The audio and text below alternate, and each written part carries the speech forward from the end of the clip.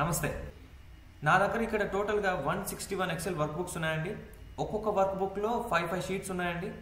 ప్రతి ఒక్క వర్క్ బుక్లో ఉన్న ప్రతి ఒక్క షీట్లో ఉన్న డేటాని తీసుకొచ్చి నేను ఒక్క వర్క్ బుక్లో ఒక్క షీట్లోనే పేస్ట్ చేయాలని నేను అనుకుంటున్నాను. దానికి సంబంధించి మనం ఎలా ప్రొసీడ్ అవ్వాలంటే మొదటగా మీరు పైథాన్ ఇన్స్టాల్ చేయాల్సి ఉంటుంది. పైథాన్ ఇన్స్టాల్ చేయడానికి మీరు ఏం లేదు, జస్ట్ మీరు పైథాన్ వెబ్సైట్కి వెళ్ళి మీరు గూగుల్లో సెర్చ్ చేసినా ఈజీగా పైథాన్ ఇన్స్టాల్ చేసుకోవచ్చు.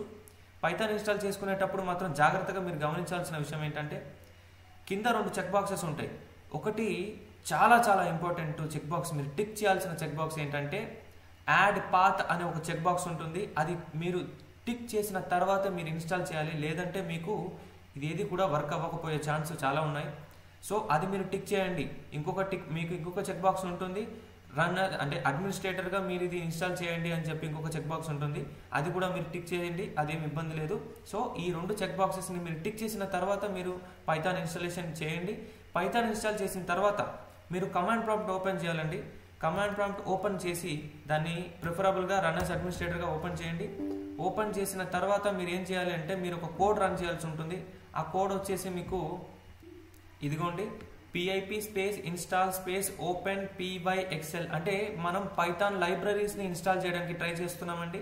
ఈ కోడ్ ఏదైతే మీరు టైప్ చేస్తారో, టైప్ చేసిన తర్వాత ఎంటర్ చేస్తే ఆల్రెడీ నా సిస్టంలో ఆ పైథాన్ లైబ్రరీస్ అనేవి ఆల్రెడీ ఇన్స్టాల్ అయిపోయి ఉన్నాయి. కాబట్టి నాకు ఇక్కడ ఆల్రెడీ ఆ రిక్వైర్మెంట్ ఆల్రెడీ సాటిస్ఫైడ్ అని చెప్పి వస్తుందండి.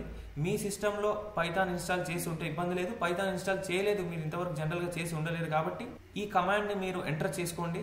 ఎంటర్ చేసిన తర్వాత పైథాన్ లైబ్రరీస్ ఇన్స్టాల్ అయిన తర్వాత మనం నెక్స్ట్ ఏం చేయాలి అని అంటే మనము మీరు ఇక్కడ చూసినట్లయితే నా సిస్టంలో 2 ఫైల్స్ ఉన్నాయండి.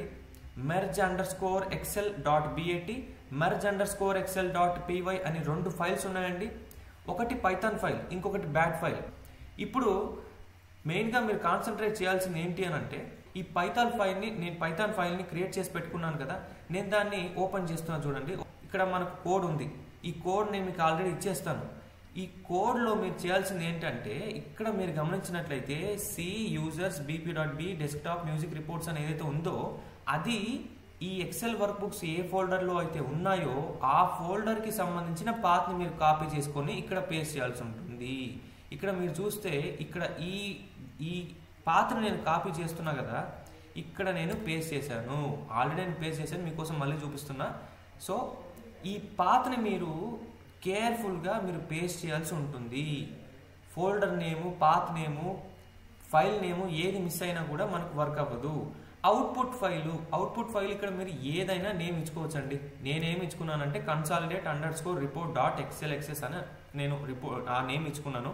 దీన్ని మీరు ఎలా సేవ్ చేయాలి? ఇప్పుడు మీరు నోట్ ప్యాడ్లో ఇలా ఓపెన్ చేస్తారు కదా. ఇప్పుడు చూడండి, ఇప్పుడు నేను ఇక్కడ నోట్ ప్యాడ్ ఓపెన్ చేస్తా. చూడండి, నోట్ ప్యాడ్ ఓపెన్ చేసి ఇక్కడ నేను ఏదైతే ఈ కోడ్ ఇచ్చానో మీరు ఆ కోడ్ని జస్ట్ ఇక్కడ పేస్ట్ చేసేసి మీరు సేవ్ చేయాలి. ఎక్కడ సేవ్ చేయాలి అంటే ఈ ఎక్సెల్ వర్క్ బుక్స్ మీకు ఎక్కడైతే ఫోల్డర్లో ఉన్నాయో అదే ఫోల్డర్లోనే మీరు ఈ పైథాన్ ఫైల్ని సేవ్ చేయాల్సి ఉంటుంది. సేవ్ చేసేటప్పుడు నేమ్ కూడా జాగ్రత్తగా చూడండి.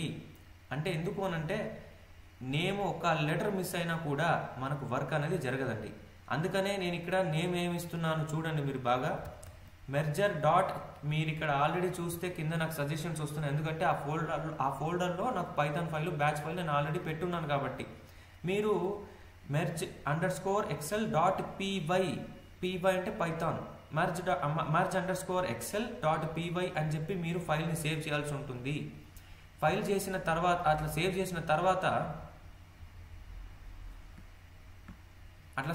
తర్వాత మీరు ఇంకొక ఫైల్ క్రియేట్ చేయాల్సి ఉంటుంది, బ్యాచ్ ఫైల్ అని. ఈ పైథాన్ ఫైల్ని మీరు రన్ చేయాలి అని అంటే డైరెక్ట్ పైథాన్ ఫైల్ మీద డబుల్ క్లిక్ ఇస్తే కుదరదు. మనం కమాండ్ ప్రాంప్ట్ ఓపెన్ చేసి కొన్ని కమాండ్స్ రన్ చేయాల్సి ఉంటుంది.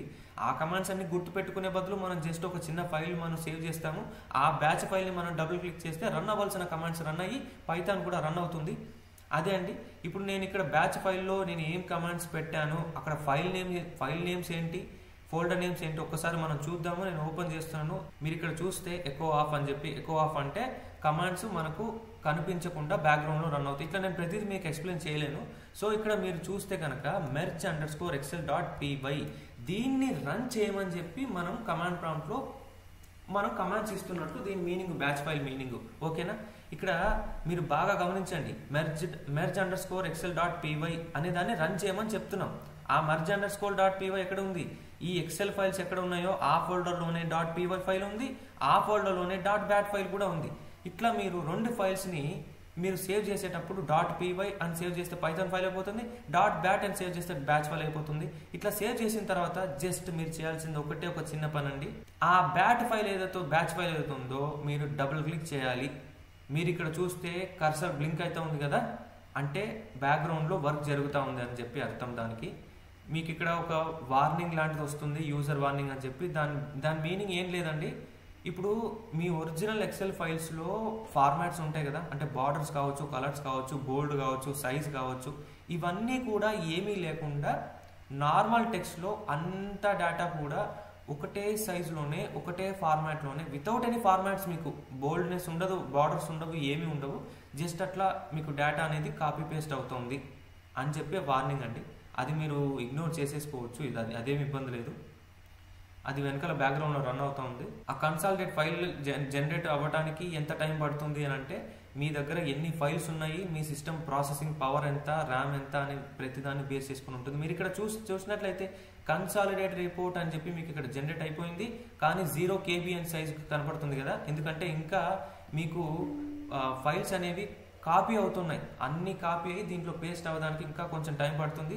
మీరు ఇక్కడ చూస్తే consolidated data save to consolidated report .xlsx please press any key to continue. నేను ఏదో కీ ప్రెస్ చేస్తున్నా, అది క్లోజ్ అయిపోయింది. మీరు ఇక్కడ చూస్తే మళ్ళీ 1.37 MB దాదాపు వచ్చేసింది. దీంట్లో మొత్తం స్క్రోల్ డౌన్ చేస్తే కూడా మీరు ఇక్కడ చూడండి, దాదాపుగా 20,678 రోస్, అంటే 20,679 రోస్ మీకు నిండిపోయినాయి. అంటే 161 వర్క్ బుక్స్లో ఒక్కొక్క వర్క్ బుక్లో ఉన్న వర్క్ షీట్స్లో ఉన్న డేటా అంతా కూడా ఇమేజెస్ తప్ప, ఫార్మాట్స్ తప్ప మొత్తం కూడా మనకు వచ్చి కాపీ పేస్ట్ అయిపోయిందండి.